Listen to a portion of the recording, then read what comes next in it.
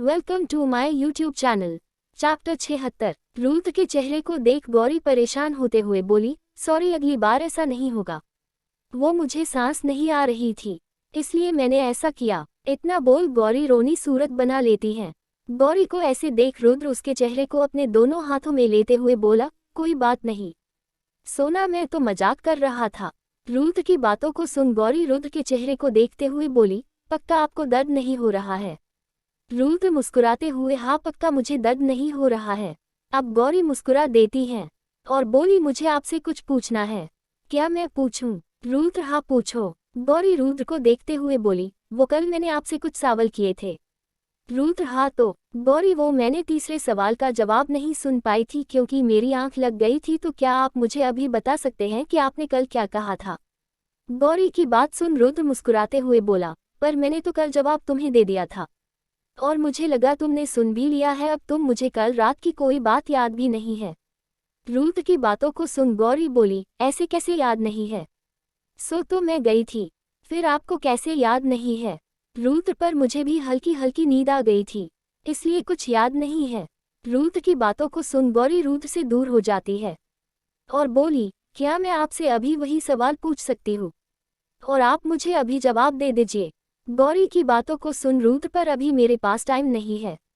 वैसे भी मुझे तुम्हारा सवाल अच्छे से याद है, इसलिए तुमको दोबारा पूछने की जरूरत नहीं है और मैं तुमको इसका जवाब जरूर दूंगा, पर अभी नहीं, बाद में, तब तक तुमको मेरा वेट करना होगा। इतना बोल रुद्र बाथरूम चला जाता है और गौरी वही खड़े रुद्र को जाते हुए देख रही थी।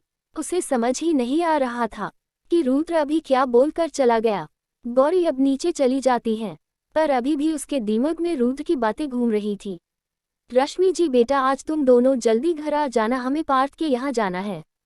रीत, ओके माँ। इतना बोल वो सभी नाश्ते की तैयारी करते हैं और अब रुद्र और रूही भी वही आ जाते हैं। नाश्ता करने के बाद सभी अपने अपने काम से चले जाते हैं।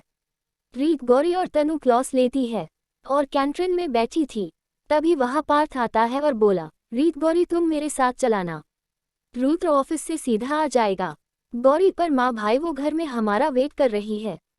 पार्थ आंटी से मेरी बात हो गई है, वो घर पहुंच जाएंगी, इसलिए जैसे तुम लोग फ्री होना मेरे पास आ जाना, हम तभी चल देंगे। गौरी, ओके भाई। सभी की बातों को सुन तनु बोली, आप सभी कहाँ जा रहे हैं? रीत, पार्थ भाई के घर में, उनकी मॉम का बर्थडे है ना, इसलिए। रीत की बातों को सुन तनु अब कुछ नहीं बोलती है। तनु को शांत देख पार्थ बोला, तनु तुम भी हमारे साथ चलाना, मैं तुमको इनवाइट करने ही आया था। मैंने कल तुमको कॉल किया था, पर तुम्हारा नंबर नहीं लग रहा था, इसलिए मैं तुमको नहीं बोल पाया। पार्थ की बातों को सुन तनु मुस्कुराते हुए, आने मुझे सच में कॉल किया है। पार्थ, हाँ तुम अपना मोबाइल चेक कर सकती हो, मैसेज आया होगा। पार्थ की बातों को सुन तनु जल्दी से अपना फोन निकल चेक करने लगती है। सच में पार्थ के कॉल के मैसेज पड़े थे, जिसे देख तनु खुश हो जाती है और तेज आवाज में बोली, आपने सच में मुझे कॉल किया था? तनु की तेज आवाज सुन सभी उसी को देखने लगते हैं। वही पार्थ, गौरी और रीत तनु की खुश देख शौक थे। पार्थ सभी को अपनी तरफ देखते हुए देखकर बोला, मैं चलाता हूँ। इतना बोल वहां से चला जाता है। वही तनु को किसी से कोई फर्क ही नहीं पड़ता है। रीत तनु का हाथ पकड़ उसे बैठते हुए बोली, तनु इतना खुश होने की जरूरत नहीं है। पार्थ भाई ने तुमको इनवाइट करने के लिए कॉल किया था, न कि प्रोपोज करने के लिए, इसलिए इतना खुश होने की जरूरत नहीं है। रीत की बातों को सुन तनु अपने मोबाइल को देखते हुए बोली, एक दिन ऐसा भी आएगा, बस तुम वेट करो। यार मैं सासू माँ को क्या गिफ्ट दूँ?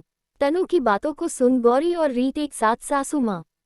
तनु शर्माते हुए, हाँ तो क्या गलत है, मैं संस्कारी लड़की हूँ, इसलिए पार्थ जी को अपना पति, उनके घर को ससुराल और उनकी माँ को अपनी सास मान लिया है, इसलिए तुम लोगों को चौंकने की जरूरत नहीं है।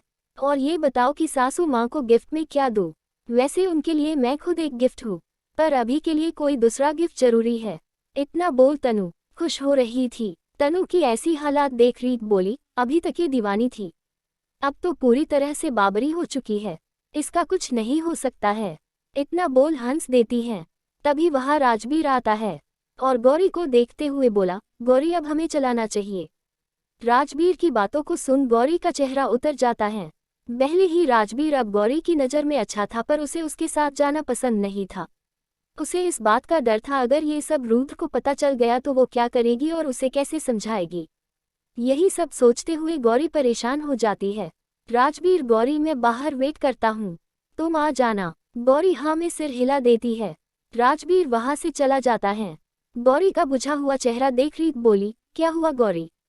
गौरी, पता नहीं यार, ये सब मुझे सही नहीं लगता है। अब मुझे खुद रुद्र जी को सब बताना पड़ेगा, अगर उनको कहीं और से पता चला तो ठीक नहीं होगा। गौरी की बातों को सुन रीत और तनु गौरी का हाथ पकड़ लेती है। तनु बोली, तुम ठीक बोल रही हो, आज ही टाइम देखकर तुम जीजू को सब बता देना ताकि आगे कोई दिक्कत ना हो। रीत, हाँ, और वैसे भी हम तुम्हारे साथ हैं। गौरी हाँ में सिर हिला देती है। अब गौरी वहां से राजवीर के पास जाती है। दोनों वहां से लाइब्रेरी चले जाते हैं। गौरी राजवीर को पढ़ना शुरू करती है। वही राजवीर भी अच्छे स्टूडेंट की तरह गौरी की बातों को सुन रहा था। उसे कहीं न कहीं गौरी की बातों को सुना और मनाना अच्छा लगने लगा था। इस तरह धीरे धीरे टाइम निकल जाता है और अब गौरी के जाने का टाइम हो गया था। गौरी, अब मैं चलती हूँ। राजवीर हाँ में सिर हिला देता है और गौरी को जाते हुए गौर से देख रहा था। उसे गौरी का जाना अच्छा नहीं लग रहा था। राजवीर को अच्छे से पता था कि गौरी की शादी हो गई है और जिस इंसान से हुई है वो कितना खतरनाक है। ये सब जानते हुए भी वो गौरी की तरफ बढ़ने से खुद को रोक नहीं पाता है।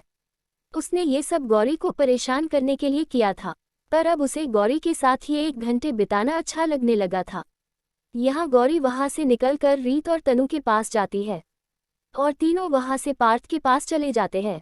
पार्थ अपने कुछ काम कर रहा था। अब चारों वहां से घर के लिए निकल जाते हैं। तनु खुश थी और साथ में नर्मश भी थी। उसे पता नहीं पर अब अंदर से घबराहट हो रही थी, जिसे गौरी और रीत अच्छे से समझा लेती हैं। अब गाड़ी पार्थ के घर के सामने रुकती है। पल्लवी जी गार्डन के फूलों को देख रही थी। पार्थ की गाड़ी को देख वो मुस्कुरा देती हैं। तभी देखती है पार्थ के साथ गौरी थी, जिसे देख उनके चेहरे पर चमक आ जाती है। वो बड़े बड़े कदमों से उनके पास आती है और गौरी को गले लगाते हुए बोली, बेटा तुम लोग आ गए। पल्लवी जी के ऐसे अचानक गले लगाने से गौरी चौंक जाती है, पर उसे भी पल्लवी के पास से अपने पान का एहसास होता है, इसलिए वो भी उनके गले लग जाती है। पल्लवी जी गौरी से थोड़ा दूर होते हुए उसके माथे को चूम लेती हैं और बोली, बेटा तुम कैसी हो? पल्लवी जी देख मुस्कुराते हुए गौरी बोली, मैं ठीक हूँ, हैप्पी बर्थडे। पल्लवी जी मुस्कुराते हुए, थैंक यू बेटा। अब पल्लवी जी रीत को देखती है और रीत को गले लगाकर उसके माथे को चूम लेती है। उनकी नज़र तनु पर जाती है, जो डरी सहमी खड़ी थी। पल्लवी जी तनु को देखती है। तनु घबराते हुए बोली, hello aunty. Pallavi ji, hello बेटा। पार्थ तनु को घबराते देख मुस्कुरा देता है और बोला, माँ ये गौरी और रीत की फ्रेंड है और मेरी भी फ्रेंड ही है। पल्लवी जी मुस्कुराते हुए बोली, बेटा ऐसे घबराने की जरूरत नहीं है। इतना बोल तनु के गाले लग जाती है और उसके माथे को चूम लेती है और बोली, तुम बहुत प्यारी हो।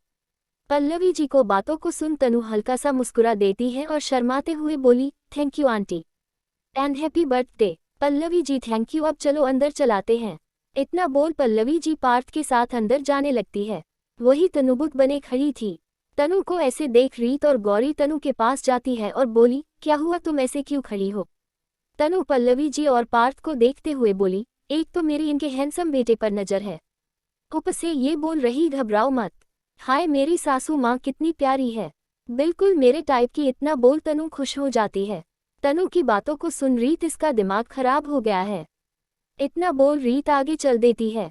वही गौरी मुस्कुराते हुए बोली, तुमने सही कहा, ये घर तुम्हारे लिए परफेक्ट है, चलो चलाते हैं। तनु मुस्कुराते हुए, तुम सच में मेरो बेस्ट फ्रेंड हो। इतना बोल दोनों भी उनके साथ अंदर आती हैं।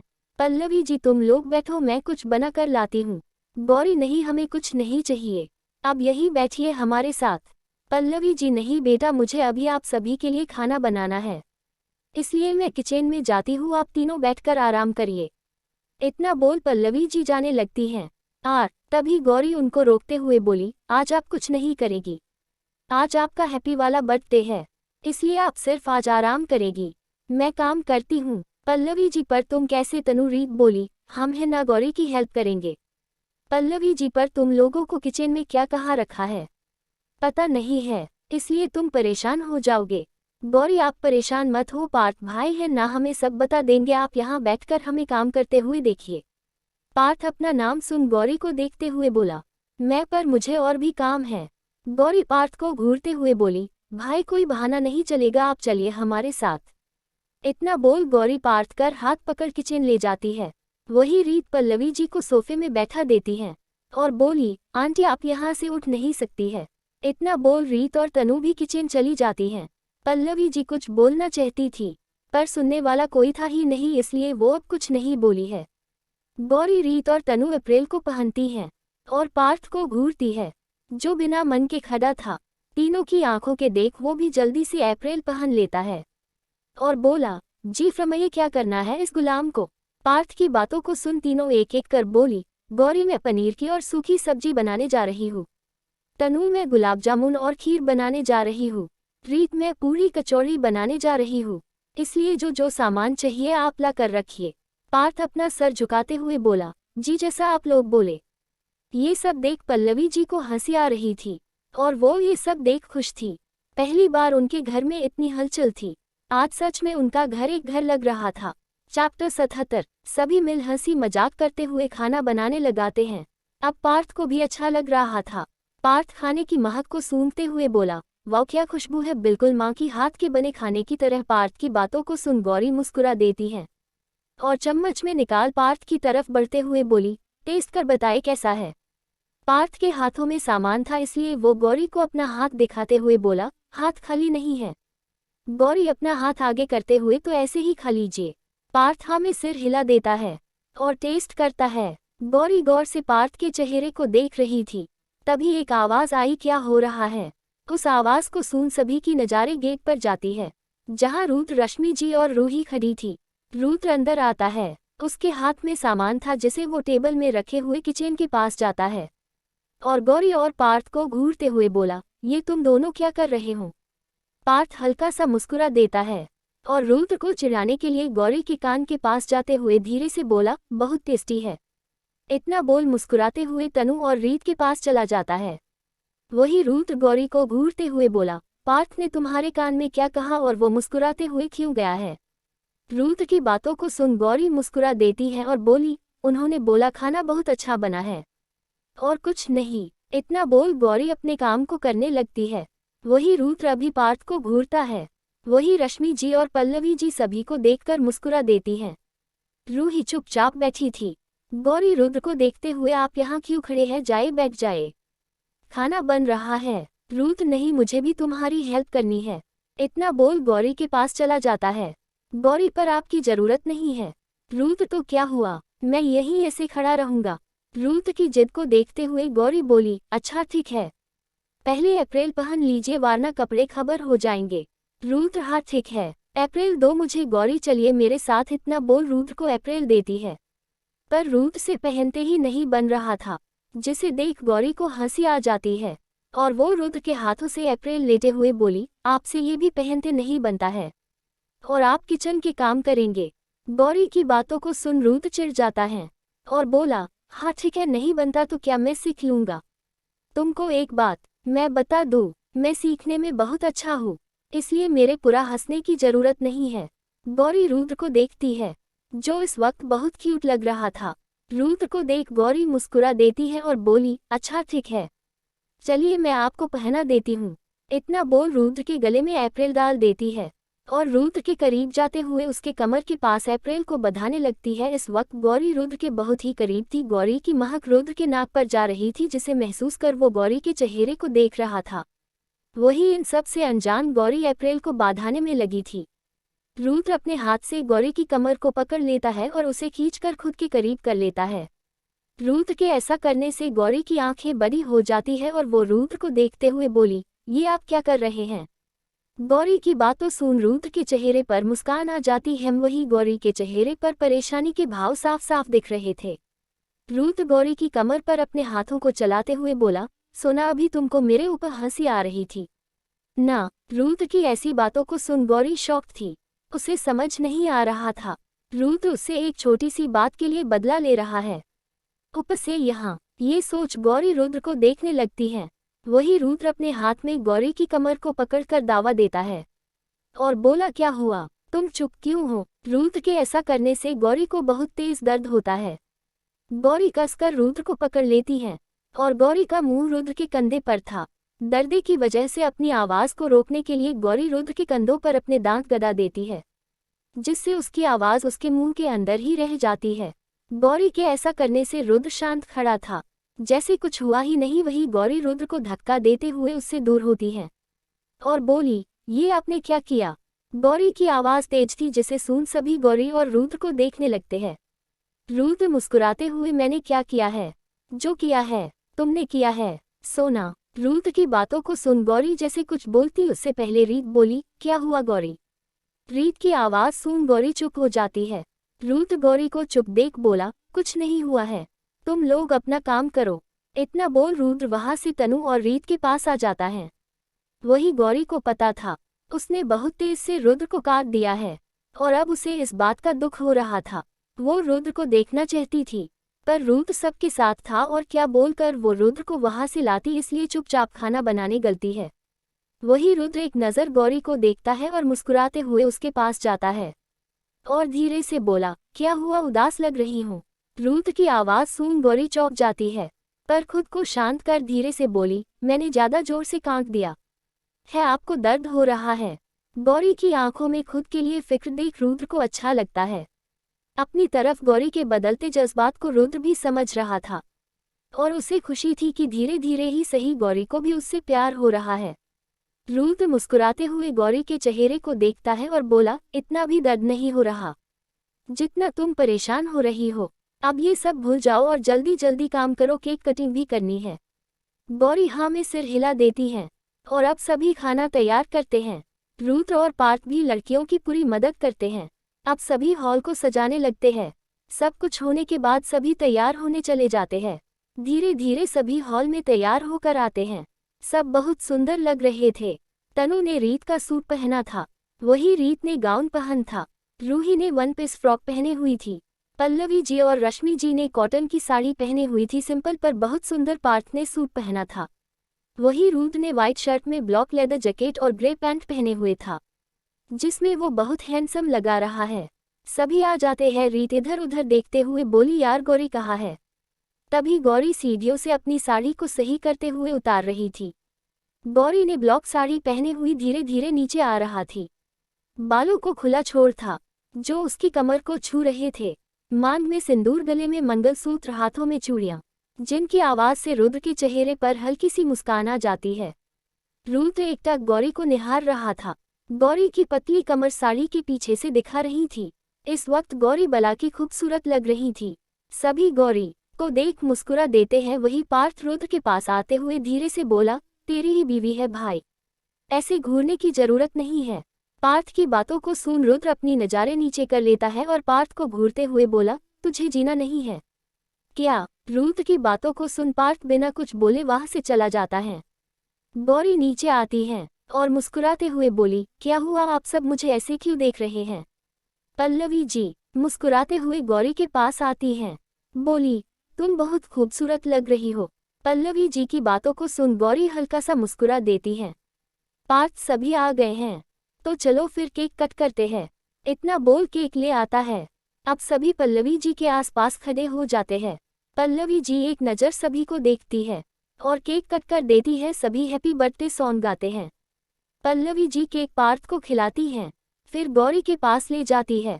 गौरी को अजीब लागत है, इसलिए वो एक नज़र रुद्र को देखती है। रुद्र आंखों से खाने का इशारा करता है। गौरी खा लेती हैं। अब पल्लवी जी रश्मि जी को खिलाती हैं और अब सभी को खिलाने लगती हैं। केक को रीत सभी के लिए प्लेट में लाती है और खाने को देती है। रीत, अब क्या किया जाए? तनु, मेरे पास एक आइडिया है। रीत, कैसा आइडिया? तनु, क्यों ना रुद्र जीजू अपनी आवाज में एक गाना सुना दे, मजा ही आ जाएगा। रीत, ये तुमने सही कहा, बहुत दिन हो गए भाई की आवाज सुने, प्लीज भाई सुना दीजिए ना। अब सभी रुद्र को गाने के लिए बोलने लगते हैं। रुद्र, अच्छा ठीक है, पर ये सॉन्ग मेरी वाइफ के लिए होगा। इतना बोल रुद्र गिटार लेने चला जाता है। रुद्र की बातों को सुन सभी गौरी को देखते हैं। तनु और रीत को गौरी को छेड़ने भी लगती है। वही गौरी को बहुत शर्म आ रही थी, इसलिए वो नज़ारे नीचे किए हुए बैठी थी। थोड़ी देर में रुद्र गिटार लेकर आता है और कुर्सी को लगाकर गौरी के समाने बैठ जाता है और एक नज़र गौरी को देख गिटार बजता है। गिटार की आवाज सुन सभी खुश हो जाते हैं। वही ये सब देख रूही को अच्छा नहीं लग रहा था, पर वो कुछ कर भी नहीं सकती थी, इसलिए चुपचाप बैठी रहती है। रुद्र गौरी को देखते हुए गाने की लाइन को गाता है। ना जाने कब ये हुआ, ना किसी को खबर, ना खुद को पता, खोए खोए रहते हैं। हम यहाँ है, सिलसिलों का सिलसिला है, हवा शुरू अब जो निकले भी जान, अब से है हम राही चाहतों के। गौरी नजारे झुकाए हुए रुद्र के गाने को सुन रही थी।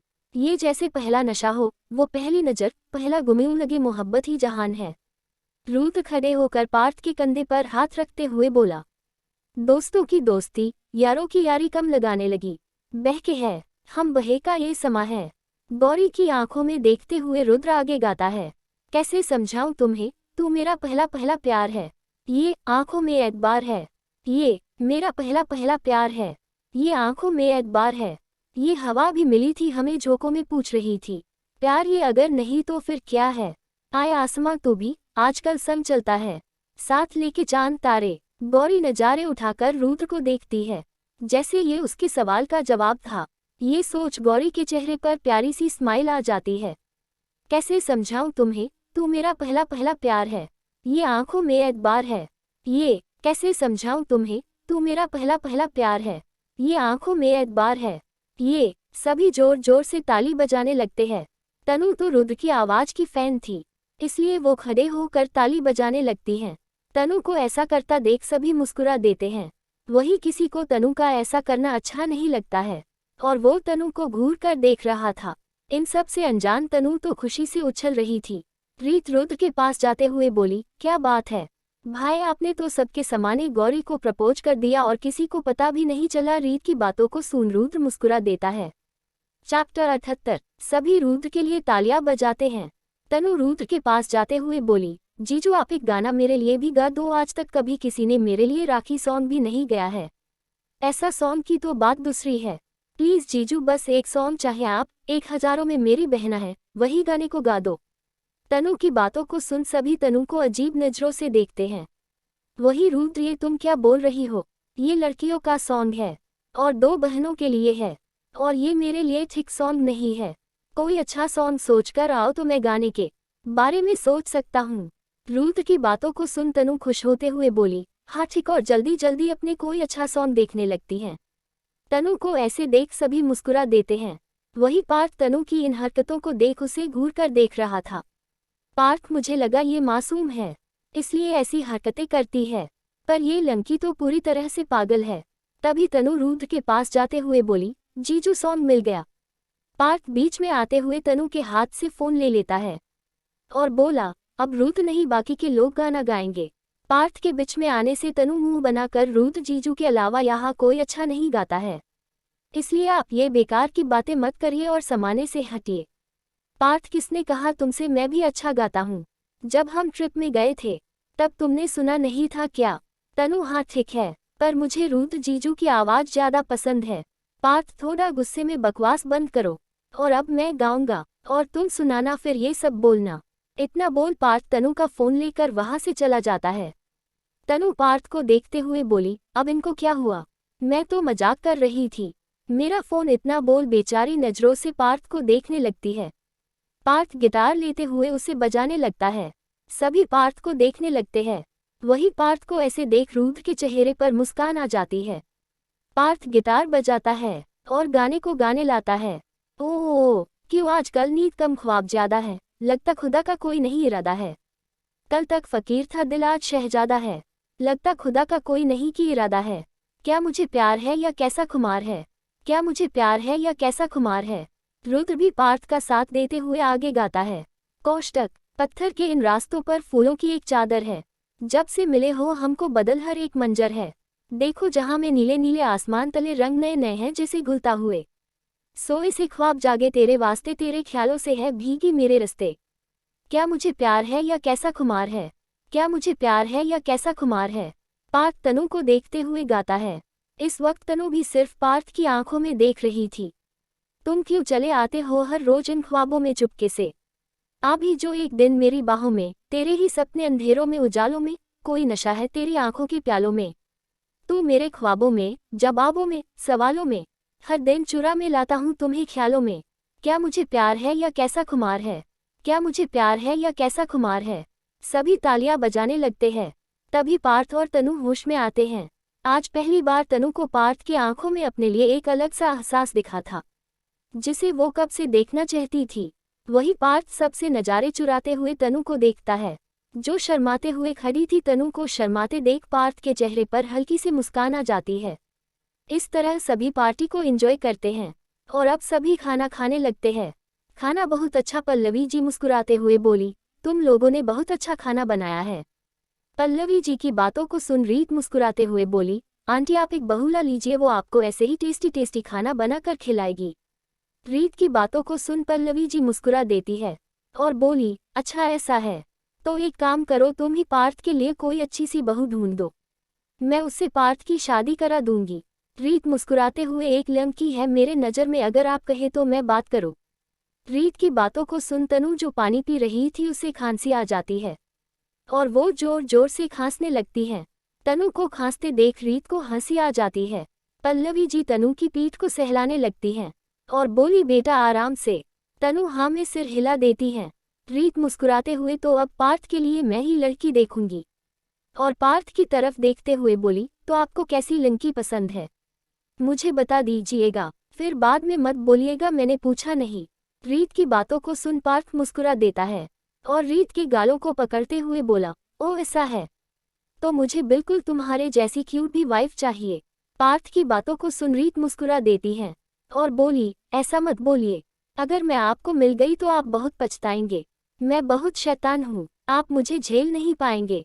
रीत की बातों को सुन सभी मुस्कुरा देते हैं। रीत सभी को देखते हुए बोली, इसमें हंसने की बात नहीं, मैं सच बोल रही हूँ। पार्थ रीत को देखते हुए, कोई बात नहीं, मैं तुमको ठोक बजाकर ठीक कर दूंगा, इसलिए मुझे कोई प्रॉब्लम नहीं है। पार्थ की बातों को सुन रीत अब कुछ नहीं बोलती है। वही रीत और पार्थ की बातों को सुन कहीं ना कहीं तनु को अच्छा नहीं लगता। कहने के लिए रीत भले ही पार्थ को भाई बोलती है, पर पार्थ रीत का भाई नहीं है और आज तक रीत और पार्थ एक दूसरे से ज्यादा मिलने भी नहीं है। और दोनों के ऐसे बात करते देख तनु को जलन हो रही थी।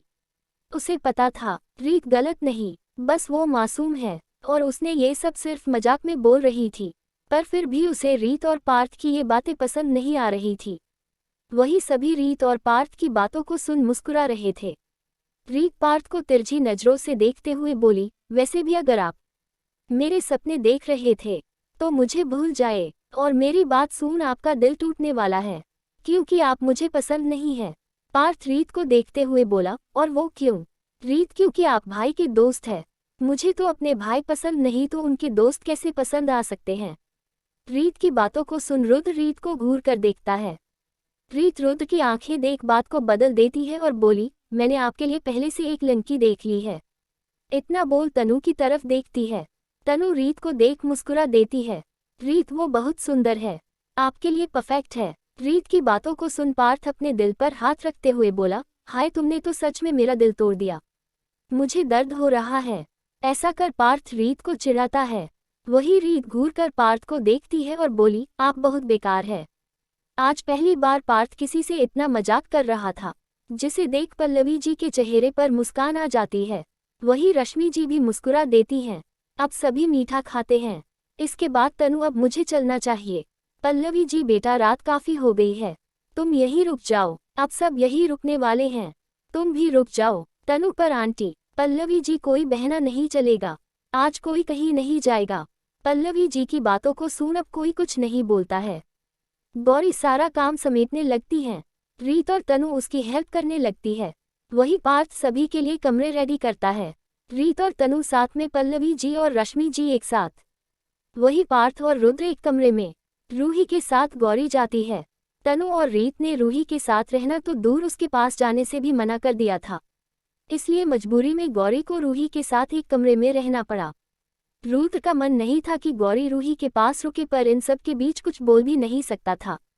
कुछ देर बातें करने के बाद सभी अपने रूम में जाते हैं। रूही गौरी को देखते हुए बोली, गौरी तुम मेरे साथ कंफर्टेबल हो ना? रूही की बातों को सुन गौरी हल्का सा मुस्कुरा कर, हाँ मैं ठीक हूँ, आपको ज्यादा सोचने की जरूरत है, आप सो जाए, मैं थोड़ी देर से आती हूँ। इतना बोल गौरी कमरे से बाहर चली जाती है। यहाँ तनु रीत को घूरते हुए बैठी थी। रीत पहले कुछ नहीं बोलती पर अब वो चिढ़ जाती है, बोली अब बस भी कर यार, मैं तो तेरी ही सेटिंग कर रही थी और तुम मुझे ही घूर रही हो। तनु क्या जरूरत थी ये बकवास बोलने की, कहीं आंटी सीरियस हो जाए और अपने लिए किसी लड़की को बहू पसंद कर ले तो मैं क्या करूंगी। रीत ऐसा कुछ नहीं होगा, आंटी ने मुझे लड़की चुने को बोला है और मेरी पहली पसंद तुम हो, अब देखना मैं तुमको धीरे धीरे इस घर की बहू बनाकर मानूंगी। रीत की बातों को सुन तनु खुश हो जाती है और बोली सच्ची। रीत मुच्ची, चलो अब सोते हैं, मुझे अभी बहुत कम है। इतना बोल दोनों लेट जाती है। तनु एक नज़र रीत को देखती है जिसने अपनी आंखें बंद किए हुए थी। तनु बोली रीत तुझे पार्थ कैसे लगते हैं। तनु की बातों को सुन रीत अपनी आंखें खोल तनु को देखती है और बोली ये तुम मुझसे क्यों पूछ रही हो। तनु बस ऐसे ही, बताना अगर तुमको पार्थ से शादी करनी हो तो तुम उनसे शादी करोगी। तनु का सवाल रीत को कुछ खास पसंद नहीं आता है पर वो तनु को कुछ गलत नहीं बोलना चाहती थी, इसलिए बोली पार्थ बहुत अच्छे हैं और वो तुम्हारे लिए परफेक्ट है, इसलिए कभी अपने प्यार को किसी और के साथ जोड़ने की कोशिश मत करना। और रही बात शादी की तो ये मुश्किल है। पार्थ मेरे भाई के दोस्त है, इसलिए मैंने कभी भी उनको किसी और नज़र से नहीं देखा है, इसलिए हमारी शादी नामुमकिन है। हम दोनों एक दूसरे से काफ़ी अगल है। रीत की बातों को सुन तनु को अच्छा लगता है। तनु ये तुमने सही कहा, चलो अब सोते हैं। इतना बोल दोनों सो जाती है। वही गौरी नीचे किचन जाती है, तभी उसे अपने पीछे किसी के आने की आहट सुनाई देती है, जिससे देखने के लिए पीछे मुड़ती है। तभी कोई उसे पकड़े एक कोने में ले जाता है और दीवार में सटा देता है। गौरी एक पल को घबरा जाती है पर उसे पता था ये सब उसके साथ कौन कर सकता है, इसलिए गौरी चिल्लाती नहीं है और सामान्य देखती है। रुद्र उसे ही देखकर मुस्कुरा रहा था। गौरी रुद्र को देखते हुए बोली ये आप क्या कर रहे हैं, छोड़िए मुझे। रुद्र गौरी की कमर को पकड़ते हुए बोला सोना छोड़ने के लिए नहीं पकड़ है। गौरी रुद्र के कंधे पर धक्का मारते हुए बोली मुझे जाना है, कोई आ जाएगा। गौरी के धक्के से रुद्र के मुंह से हल्की सी आह निकाल जाती है, जिसे सुन गौरी घबरा जाती है और बोली क्या हुआ। रुद्र तुमने मेरी चोट दुखा दी, पहले चोट देती हो और उसे अब दुखा भी दिया। रुद्र की बातों को सुन गौरी को याद आता है कि इसने रुद्र को काटा था। गौरी रुद्र के हाथ को पकड़ अपने पास करते हुए बोला बहुत दर्द हो रहा है, मुझे दिखाए। रुद्र गौरी से दूर हटाते हुए बोला कोई जरूरत नहीं है देखने की, तुम मुझे गुड नाइट किस दो और जाओ सोने। गौरी पर मुझे देखना है। रुद्र अपनी सर्द आवाज में अब तुमको जाना नहीं है। चैप्टर 79। रुद्र की बातों को सुन गौरी अपना सर नीचे कर लेती है और कुछ नहीं बोलती है। गौरी की नजरों को झुका हुआ देख रुद्र उसके चेहरे को शांत करते हुए बोला सोना मैं ठीक हूँ, हल्का सा घाव है, ठीक हो जाएगा, चलो ये सब छोड़ो और मुझे किस दो। रुद्र की बातों को सुन गौरी हमें सिर हिला देती है। गौरी की हाँ देख रुद्र मुस्कुरा देता है। गौरी रुद्र के सीने पर अपने दोनों हाथों को रख देती है। वही रुद्र के हाथ गौरी की कमर पर धीरे धीरे चल रहे थे। रुद्र लगातार गौरी को देखते हैं। गौरी अपने पैरों को उठाकर थोड़ा ऊपर उठ जाती है और रुद्र के होठों पर अपने होठों को रख देती है और धीरे धीरे रुद्र को चूमने लगती है। रुद्र को लगा गौरी उसे किस कर छोड़ देगी, पर ऐसा नहीं हुआ। गौरी रुद्र को डिप किस करने लगती है। रुद्र गौरी को निहार रहा था और धीरे धीरे वो पूरी तरह से उस डिप किस में खो जाता है। वही अब रुद्र गौरी की कमर को पकड़ उसे ऊपर कर गौरी को पैशनेट किस करने लगाता है। वही गौरी की उंगलियां धीरे धीरे रुद्र की शर्ट की बटन को खोल रहे थे। रुद्र को इस बात का कोई अंदाजा ही नहीं था, वो बस पूरी तरह से गौरी को किस करने में खोया था। अब गौरी रुद्र के शर्ट की सारी बटन खोल देती है और हल्के से रुद्र के कंधे से उसकी शर्ट नीचे कर देती है और जैसे वो उसके कंधे को देखने वाली होती है कि रुद्र गौरी को छोड़ देता है और गौरी के बालों को अपने एक हाथ से पकड़ते हुए बोला मैंने तुमको देखने से मना किया है ना, तो तुमने ऐसा क्यों किया। गौरी को हल्का हल्का दर्द हो रहा था पर वो चुपचाप खड़ी रहती है और रुद्र को देखते हुए बोली पर मुझे देखना है, आप ऐसा क्यों कर रहे हैं, प्लीज मुझे देखने दीजिए ना। इस वक्त रुद्र की शर्ट की सारी बटन खुली थी। रुद्र के एब्स साफ साफ दिख रहे थे। गौरी की बातों को सुन रुद्र बोला तुम्हारी हिम्मत आजकल कुछ ज्यादा ही बढ़ गई है, मैं कुछ बोलता नहीं हूँ तो तुम अपनी मनमानी करने लगी हो। रुद्र की बातों को सुन गौरी कुछ नहीं बोलती है और अपनी नजारे नीचे कर धीरे बोली सॉरी।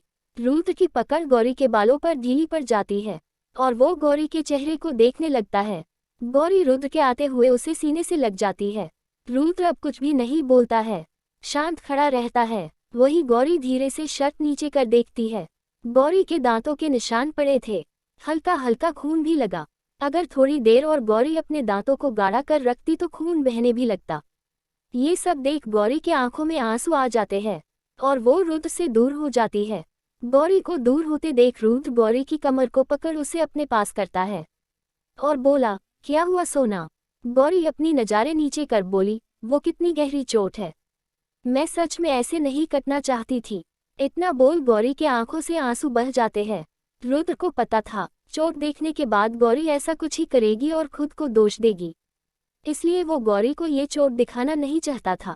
रुद्र गौरी के चेहरे को अपने हाथों से उठता है और बोला, सोना कोई बात नहीं, ये तुमने जानकर नहीं किया है, ये जो भी हुआ गलती से हुआ है, इसलिए रोने की जरूरत नहीं है। रुद्र की बातों से गौरी अभी भी शांत नहीं हो रही थी। रुद्र गौरी को दीवार से सटा देता है और बोला, चलो अब शांत हो जाओ, वरना मुझे दूसरा तरीका भी आता है। गौरी रुद्र को देखते हुए बोली, मैं दवाई लेकर आती हूँ, आपके लिए आप यहीं रुकिएगा। इतना बोल गौरी जाने लाती है। रुद्र गौरी का हाथ पकड़ उसे दीवार से लगाते हुए बोला, मैंने कहा ना मैं ठीक हूँ। तभी सीढ़ी से किसी की आने की आहट सुन देती है, जिसे सुन गौरी घबरा जाती है और अपने दोनों हाथों से रुद्र की शर्ट पकड़ उसे अपने पास खींच लेती है। गौरी के ऐसा करने से रुद्र गौरी को देखता है। गौरी अपने होठों पर उंगली रख रुद्र को शांत रहने का इशारा करती है और बोली, लगता है कोई नीचे आ रहा है। गौरी को ऐसे घबराया देख रुद्र के चेहरे पर मुस्कान आ जाती है और उसे शैतानी सूझती है। रुद्र गौरी की गर्दन पर अपने होठों की धीरे धीरे चालने लगता है। रुद्र के ऐसा करने से गौरी रुद्र को देखती है, जो उसे परेशान करने के लिए ये सब कर रहा था। रुद्र अपनी गर्म सांसें गौरी की गर्दन पर छोड़ता है। रुद्र के ऐसा कराने से गौरी शिहर जाती है, उसके हाथ पैर कांपने लगाते हैं। गौरी की ऐसी हालात देख रुद्र गौरी की कमर को अपने एक हाथ से कसकर पकड़ लेता है, वहीं दूसरे हाथ की उंगलियों को गौरी की गर्दन में धीरे धीरे चला रहा था। रुद्र के ऐसा करने से गौरी अपनी आंखें बंद कर लेती है। तभी उसे दर्द का एहसास होता है। गौरी अपनी आंखें खोल जैसे कुछ बोलती उससे पहले रुद्र गौरी के होठों पर अपने हाथ को रख देता है और गौरी के गर्दन पर अपने दांतों को गाड़ा देता है कि आंखों से आंसू की बूंद रुद्र के हाथों पर गिर जाती है और उसके मुंह से निकलने वाली आवाज उसके मुंह के अंदर ही रह जाती है। गौरी बेचारी नजरों से रुद्र को देखती है। रुद्र अपना सर उठकर गौरी को देखता है और डेविल स्माइल कर देता है और फिर गौरी को गर्दन को देखता है, जहां रुद्र के दांतों के निशान दिखाई दे रहे थे। रुद्र गौरी की आंखों को देखते हुए बोला, दर्द हो रहा है? गौरी आपकी पलकें झपका देती है, जिसे देख रुद्र मुस्कुरा देता है और बोला, सोना दर्द हो इसलिए तो दर्द दिया हूँ, और अब देखो दर्द को दूर कैसे करते हैं। इतना बोल गौरी की गर्दन पर अपने जीभ को धीरे धीरे चालने लगता है और जहां दांतों को निशान था उसे चूसने लगता है। रुद्र के ऐसा कराने से गौरी को दर्द का मीठा मीठा एहसास हो रहा था, जिसे महसूस कर गौरी को अच्छा लग रहा था। रुद्र गौरी से दूर होते हुए बोला, ऐसे दर्द को दूर किया जाता है, ना कि रोने से। रुद्र को बातों को सुन गौरी अपनी नज़ारे नीचे कर लेती है। रुद्र मैं छक जा रहा हूँ, अगर दर्द दूर करना हो तो ऊपर आ जाना। इतना बोल रुद्र अपनी शर्ट की बटन को बंद करते हुए वहां से चला जाता है। गौरी रुद्र को जाते हुए देख रही थी और कुछ नहीं बोलती है। वो वहां से धीरे धीरे सीढ़ी से ऊपर जाती है। तभी उसे पार्थ मिलता है। गौरी पार्थ को देखते हुए बोली, भाई मुझे आपसे एक काम था। पार्थ गौरी की बातों को सुन उसे देखते हुए बोला, हाँ बोलो क्या काम था? गौरी मुझे एक ट्यूब चाहिए थी घाव में लगाने के लिए। पार्थ गौरी को देखते हुए, तुमको चोट लगी है? गौरी नहीं मैं ठीक हूँ, बस मुझे चाहिए थी, क्या आप देंगे? पार्थ हाँ क्यों नहीं, तुम 2 मिनट रुको मैं अभी लाता हूँ।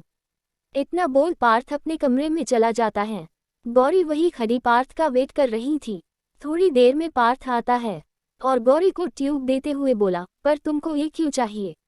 गौरी हल्का सा मुस्कुरा कर ऐसे ही इतना बोल वहां से कमरे में आ जाती है तो देखती है रूही सो गई थी। गौरी बेड पर बैठ जाती है और ट्यूब को देखते हुए बोली, क्या करूँ, जाओ या नहीं?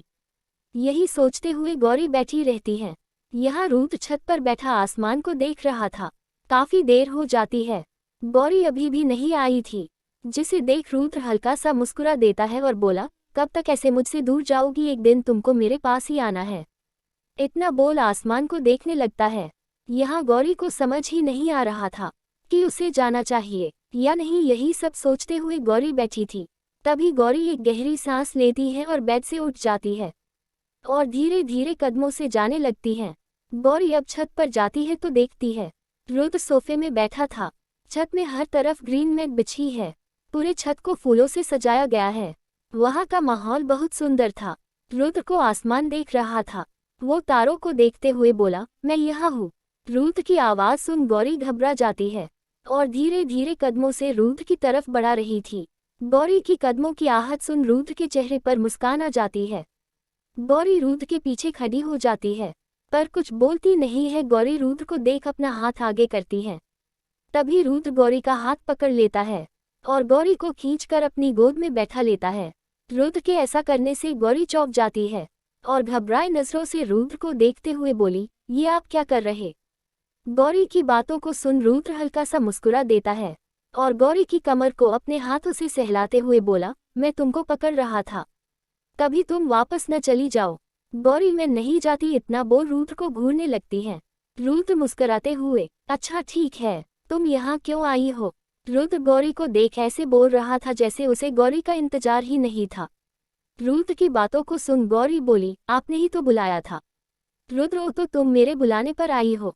रुद्र के चेहरे पर शैतानी दिखाई दे रही थी जिसे देख गौरी बोली, नहीं, मैं आपको दवाई लगाने आई हूँ। रुद्र, अच्छा तो लगाओ। गौरी हाँ में सर हिला देती है और रुद्र की शर्ट की बटन खुलने लगती है। रुद्र गौरी को ही देख रहा था। जैसे जैसे शर्ट की बटन खुल रही थी गौरी के लाल शर्म से लाल हो रहे थे। गौरी अपनी नजरें इधर उधर करने लगती है। रुद्र गौरी के चिन्ह को अपनी उंगली से ऊपर करते हुए बोला, क्या हुआ सोना, तुम्हारा चेहरा लाल क्यों हो गया? रुद्र की बातों को सुन गौरी अपनी नज़रें नीचे कर बोली, ऐसा कुछ नहीं है। गौरी को झूठ बोलते देख रुद्र मुस्कुरा देता है और गौरी के होठों पर अपने होंठ को रखकर उसे सख्त करने लगता है। रुद्र के ऐसा करने से गौरी के हाथ रुक जाते हैं और रुद्र के शर्ट में उसकी पकड़ मजबूत हो जाती है। रुद्र गौरी की कमर को सहलाते हुए अपने पास करता है और गौरी को अपने सीने से चिपक लेता है।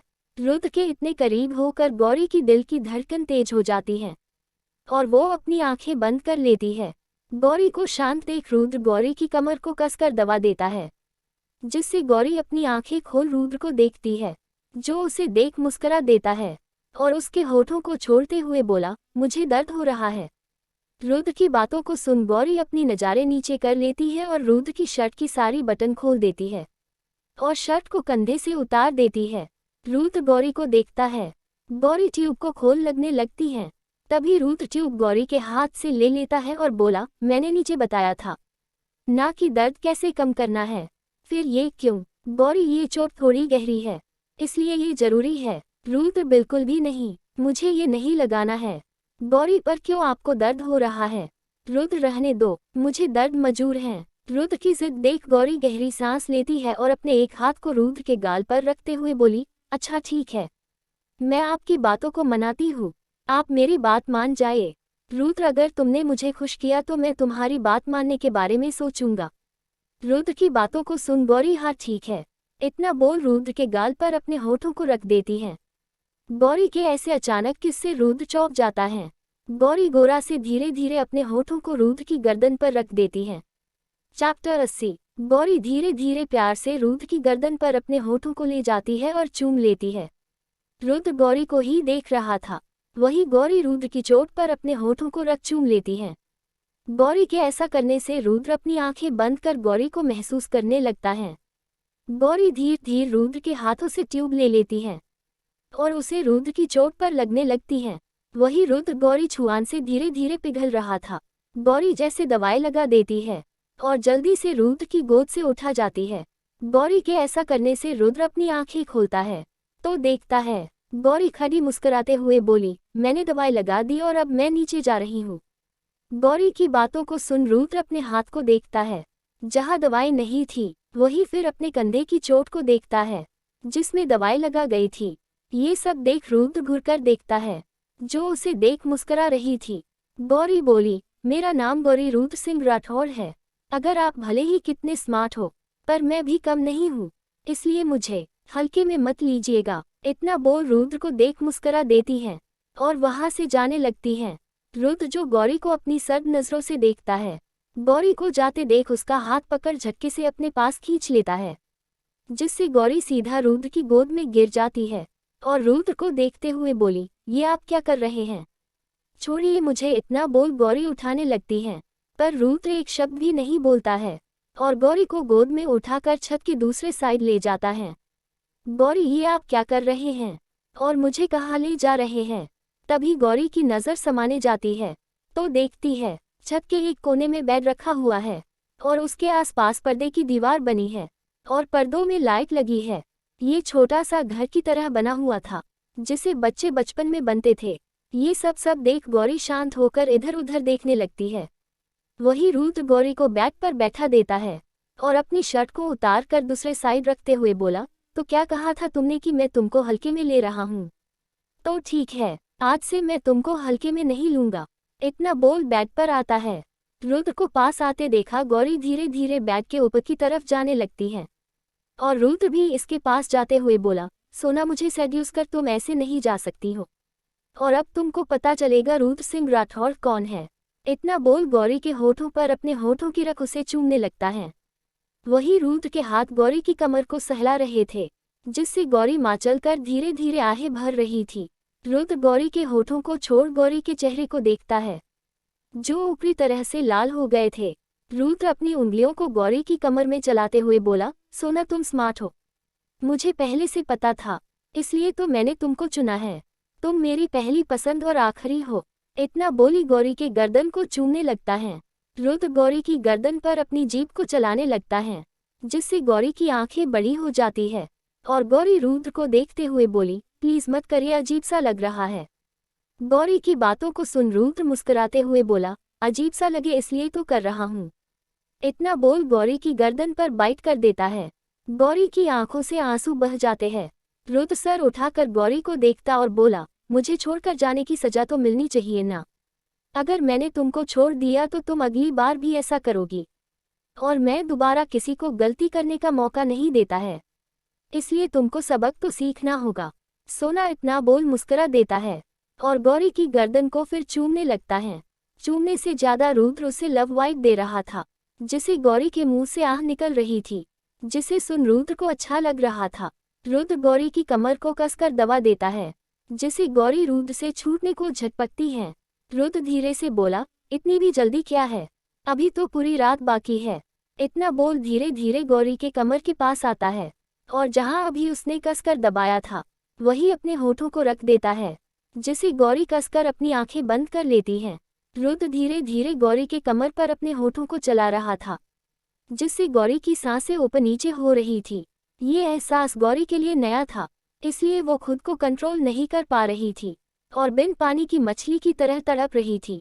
गौरी की थाप को देख रुद्र मुकुराते हुए बोला, सोना खुद को कंट्रोल करो, वरना अगर मैंने अपना कंट्रोल खोया तो तुम झेल नहीं पाओगी। रुद्र की बातों को सुन गौरी लंबी लंबी सांस लेती है और खुद को शांत करने लगती है, पर रुद्र की छुअन से वो खुद को शांत नहीं कर पाती है और लाचार नजरों से रुद्र को देखती है। रुद्र की नजरें गौरी के चेहरे पर थी। रुद्र गौरी को खुद को ऐसे देखते देखकर बोला, क्या हुआ सोना, हेल्प चाहिए? गौरी रुद्र को देख अपनी पलकें झपकते हुए हाँ में सिर हिला देती है। गौरी को ऐसे देख रुद्र पर मेरी एक शर्त है, अगर तुमको मंजूर हो तो मैं तुम्हारी हेल्प करूंगा। तो बताओ मंजूर है? गौरी का मन तो नहीं था, पर अभी की हालात को देखते हुए गौरी हाँ में सर हिला देती है। गौरी की हामी को देख रुद्र मुस्कुरा देता है और ऊपर आते हुए गौरी के होठों पर अपने होठों को रख देता है। गौरी अपने दोनों हाथों को रुद्र की गर्दन पर लपेट देती है और अब दोनों एक दूसरे को किस करने लगाते हैं। रुद्र गौरी की बॉडी पर धीरे धीरे अपने हाथों को चला रहा था। इस तरह करीब आधे घंटे बाद रुद्र गौरी को छोड़ता है। गौरी लंबी लंबी सांसें लेती है और खुद को रुद्र के सीने में छुपा लेती है। गौरी को रुद्र की बाहों से अजीब सा सुकून महसूस हो रहा था, जो उसे अच्छा लग रहा था। रुद्र भी गौरी को अपनी बाहों ले लेता है। थोड़ी देर में गौरी सो जाती है। रुद्र दोनों को ब्लैंकेट से कवर करता है और गौरी को खुद से चिपका कर अपनी आंखें बंद कर लेता है। इस तरह दोनों एक दूसरे की बाहों में सुकून से सो जाते हैं। सुबह सुबह चिड़िया की आवाज़ से गौरी की नींद खुलती है। तो देखती है कि रुद्र उसके ऊपर बिना शर्ट के लेटा हुआ है और दोनों ने ब्लैंकेट से कावर है। गौरी रुद्र को हटाने लगती है पर रुद्र को हिला भी नहीं पाती है। तभी चिढ़ते हुए रुद्र बोला, क्या कर रही हो, सोने दो ना। गौरी, आप सोइए पर मुझे जाने दीजिए, माँ और बाकी सब उठ जाएंगे। रुद्र, उठाने दो मुझे, अभी और सोना है तुम्हारे साथ। गौरी, रुद्र छोड़िए ना। गौरी के मुंह से इतने प्यार से अपना नाम सुन रुद्र आंखें खोल देता है और गौरी को देखते हुए बोला, पहले मुझे किस दो, मैं तुमको छोड़ दूंगा। गौरी को पता था उसे रुद्र की बात माननी ही पड़ेगी, इसलिए वो बिना नाटक किए रुद्र के गाल पर किस कर देती है और बोली, अब छोड़िए। रुद्र, ये क्या था, तुमको अच्छे से पता है मुझे कैसी किस पसंद है।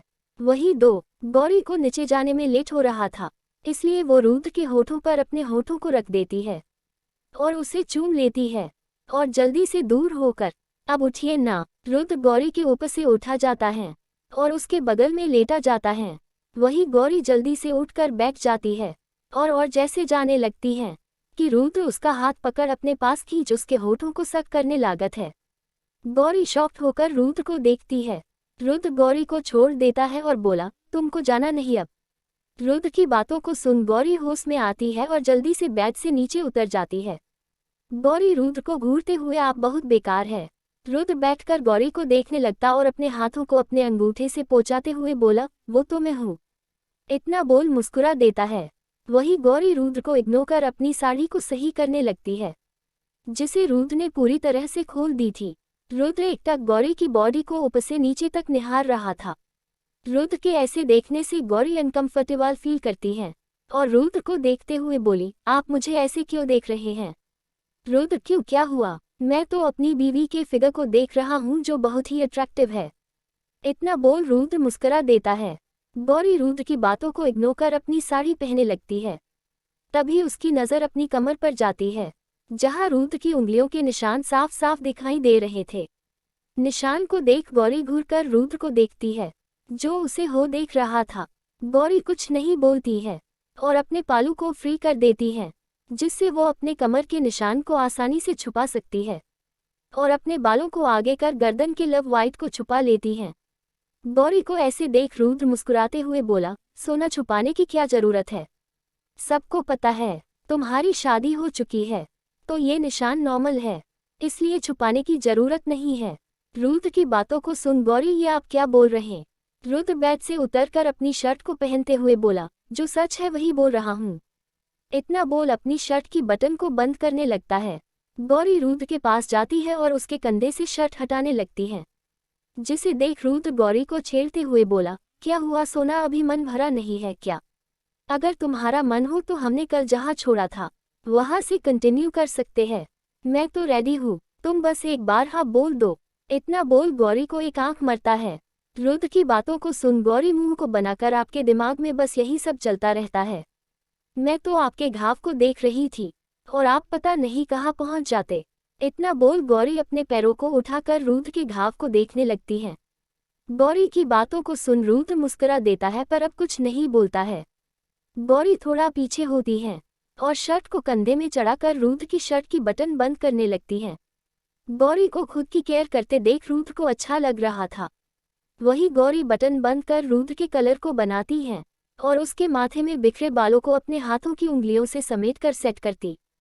Hyam, Rudra Santakata Gori ko deka rahada, Gori eka bara Rudra ko dekati hi ora boli, Kali niskalate Hyam, Rudra Gori ke kaher ko dekat hu hum em sira hila deta hi, Ora abadono nice jade hi, Abi koi nahim yuthada, Gori my ruma jati hu, Appa bi by ke pasa kale j, Rudra oak, Gori vaha se sita kamari mem jati hi to dekati hi, Ruhi abi so rahi ti. Gori sukuna ki sanza leti hi, ora jaldi se bathroom akali jati hyam, vaha rudra abi jo bi gori ne kia vo saba yada kara mukira rahada, ora kamari mem akara sof mem batha gori ke bear mem sokate hu bola, thank you sona mary life a mem and ke lai, atana bola apani ank banda kara gori ke bear mem sokane lagata hyam, 100 like complete hone ke ba next chapter upload kreej jayata se jayata like crow.